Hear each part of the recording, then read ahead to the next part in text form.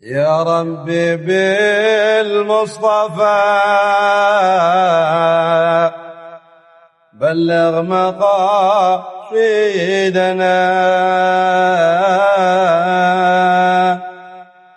يا ربي بالمصطفى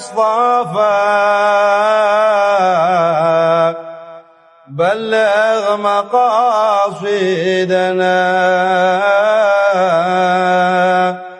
واغفر لنا ما مضى يا واسع الكرم.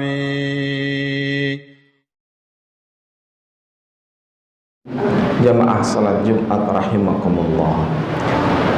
Pertama, saya mengajak saya sendiri dan mengajak hadirin sekalian di bulan Sya'ban ini untuk selalu meningkatkan keimanan dan ketakwaan.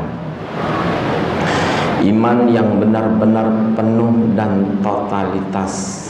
Dzalikal kitabu la raiba fihi hudal lil muttaqin alladzina yu'minuna bil ghaib. Al-Quran itu tidak akan pernah ada keraguan di dalamnya. Al-Quran itu adalah petunjuk buat orang-orang yang bertakwa. Siapa gerangan orang yang bertakwa? Mereka yang beriman kepada yang gaib. Disinilah pentingnya menjalani sebuah kehidupan, selalu mempertanggungjawabkan apa yang dikerjakan, selalu akan mempertanggungjawabkan apa yang diucapkan, apa yang dilakukan dalam keseharian. Semuanya akan dipertanggungjawabkan di hadapan Allah Subhanahu wa ta'ala. Kegaiban inilah yang nampaknya menjadi ujian kita, ujian yang penuh. Rasulullah sallallahu alaihi wasallam bersabda, "Idza tashahhada ahadukum falyata'awwadz min arba'." Jika kalian sedang bertasyahud dalam salat, sempilkan doa, masukkan doa dalam tasyahud itu. Kalian meminta perlindungan dari Allah dari 4 macam azab. Azabi jahannam. Yang pertama adalah azab neraka jahannam. Yang kedua, berlindunglah dirimu dari azabil qabr, azabnya kuburan. Dan yang ketiga, berlindunglah engkau dari fitnatil mahya wal mamat, ujian yang begitu sangat berat ketika kita hidup, dan ujian yang begitu sangat berat pula ketika kita mati. Wa min fitnatid dajjal. Dan yang terakhir, Rasulullah meminta berlindunglah dari ujian yang akan digaungkan oleh Dajjal.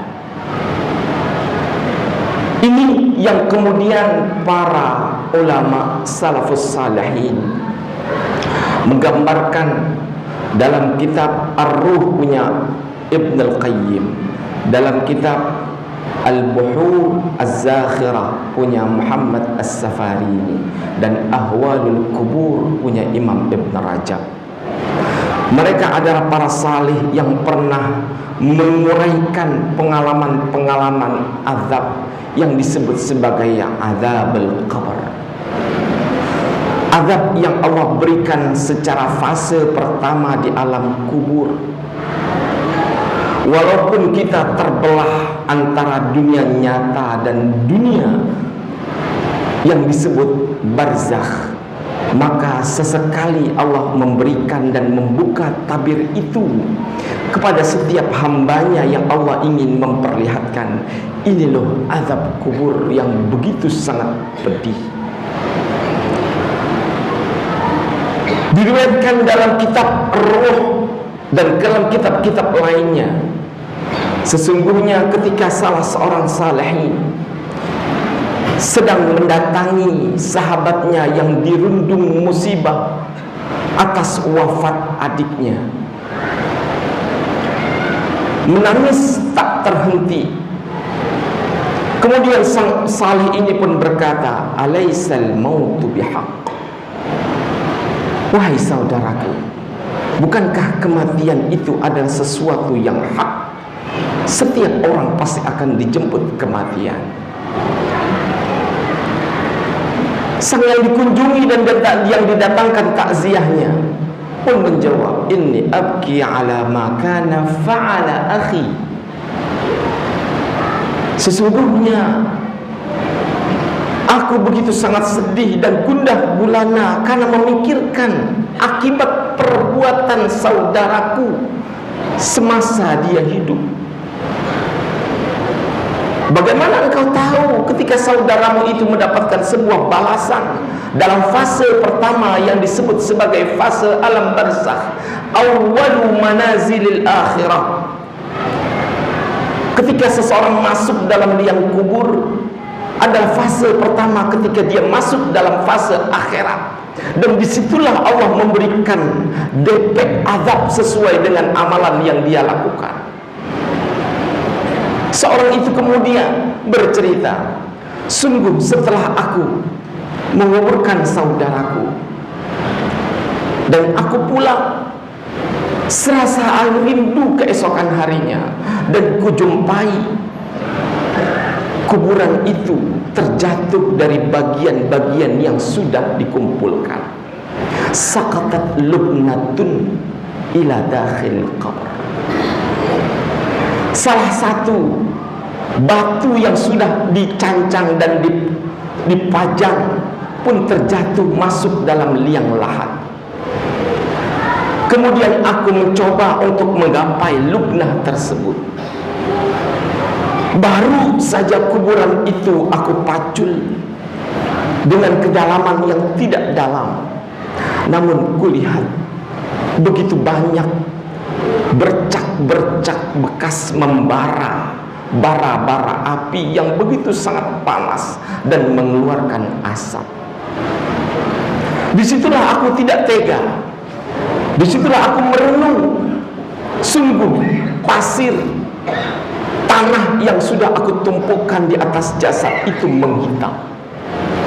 Seraya aku tak kuat untuk memandang jasad adikku. Kemudian aku kembali. Sang saleh pun akhirnya bertanya, gerangan apa yang pernah dilakukan sehingga dia mendapatkan azab di awal fase akhirat ini? Kemudian saudaranya pun berkata, innahu la yu'addi zakatahu. Seingat yang aku ingat, dia adalah hartanya begitu sangat banyak, namun sama sekali dia tidak mau, bahkan ogah untuk mengeluarkan zakat dan sedekahnya. Wala yahsabanna alladhina yabkhaluna bima atahumullahu min fadlihi huwa khairun lahum bal huwa syarrun lahum sayatawwaquna ma bakhilu bihi yaumal qiyamah. Allah Subhanahu wa ta'ala berfirman, dan jangan sekali-kali menyangka siapapun ketika dia diberikan amanah berupa kelebihan dari harta, kemudian dia menduga sesungguhnya zakat dan sedekah yang aku keluarkan tidak akan memberikan manfaat kepadaku.